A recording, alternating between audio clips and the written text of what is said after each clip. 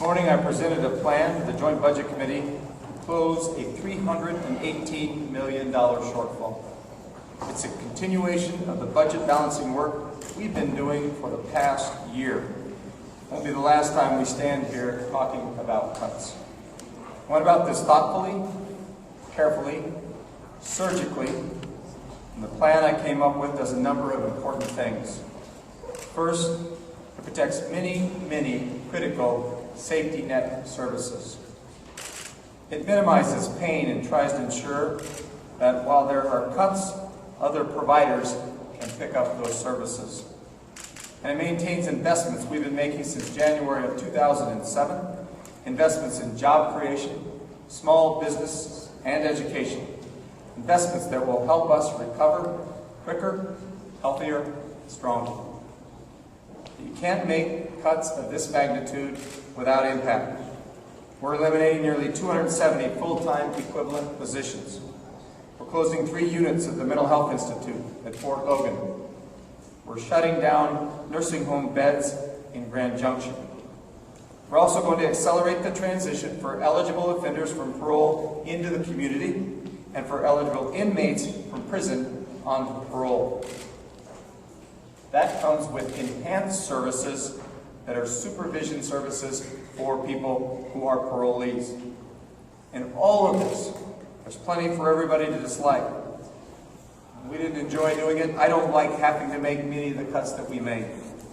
But like families and businesses all across Colorado, we need to keep tightening our belt and making sacrifices till the turnaround comes. Compared to many other states, we're in good shape. The recession has slowed us down. As I said upstairs, it hasn't stopped us. Again, we've made investments, we've made strategic investments that will actually help us come out of this stronger and healthier.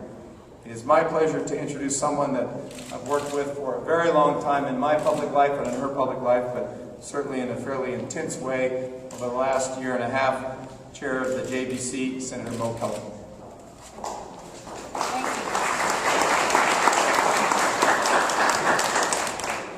Get lost behind these things. I'm too small. Thank you for being here, and I want to thank the governor for taking such a very long, deliberative, thoughtful approach to how we need to balance our shortfall for the current fiscal year of 2009 and 10. And I also want to thank our state employees and our department heads for the hours and hours that they have put in terms of looking at the cuts to their departments, particularly in Medicaid and Human Services, where I know they reached out to families and advocates and the community center boards who are responsible for services to our developmentally disabled folks, to say what are the most destructive cuts and what would be the least difficult. And their input I also appreciate at this time. We are a little better in that we closed out 2008 fiscal year a little higher than we had projected, about $60 to $64 million higher, which meant we didn't have to cut as much in 2009-10 at this point, so we're down to about $330 or so million that we will be looking at in reductions.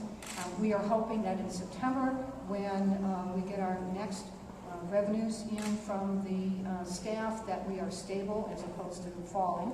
And we will be looking as a Joint Budget Committee at that time in terms of whether we need to make additional cuts or whether we are able to hold with what we have done right now. The 2010 fiscal picture is still bleak. In November, the governor will present to us his balanced budget requests for the 2010 fiscal year, and then we will go from there with the entire legislative body in January, as we always do. We are hoping to be able to maintain the levels where we are. And again, I want to thank the governor and the department staffs for all of their efforts.